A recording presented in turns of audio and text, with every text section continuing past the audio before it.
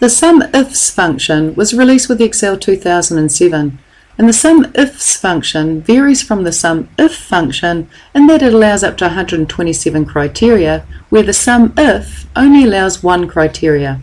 In B15 I'd like to type equals SUMIFS, open bracket. The first thing Excel requires is the range that's to be summed. The range that I'd like to sum is B4 to B13. And I'm going to lock that in, so I'll press the function key F4 and then comma. The next piece of information Excel requires is the criteria range, and it's the first criteria range. I'm going to highlight C4 to C13 and press F4 to lock it in, and then press comma.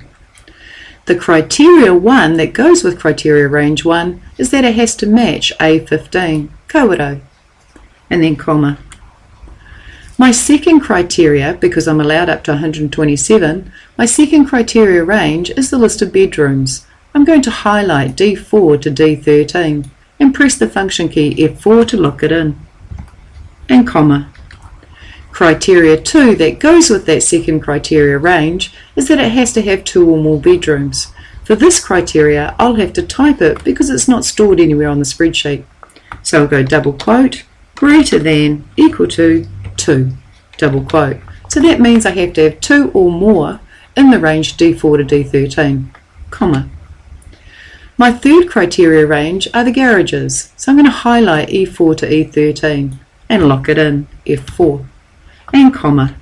And the criteria 3 that goes with the third criteria range is that yes, they have to have a garage, so double quote, yes, double quote. So there has to be a yes in E4 to E13, there has to be a number greater than or equal to 2 in D4 to D13, there has to be COUNTIF in A15 and C4 to C13, and when all of those are true, then it will sum those prices in B4 to B13. And I'll click on B15 and double click the thin cross to work out the other values.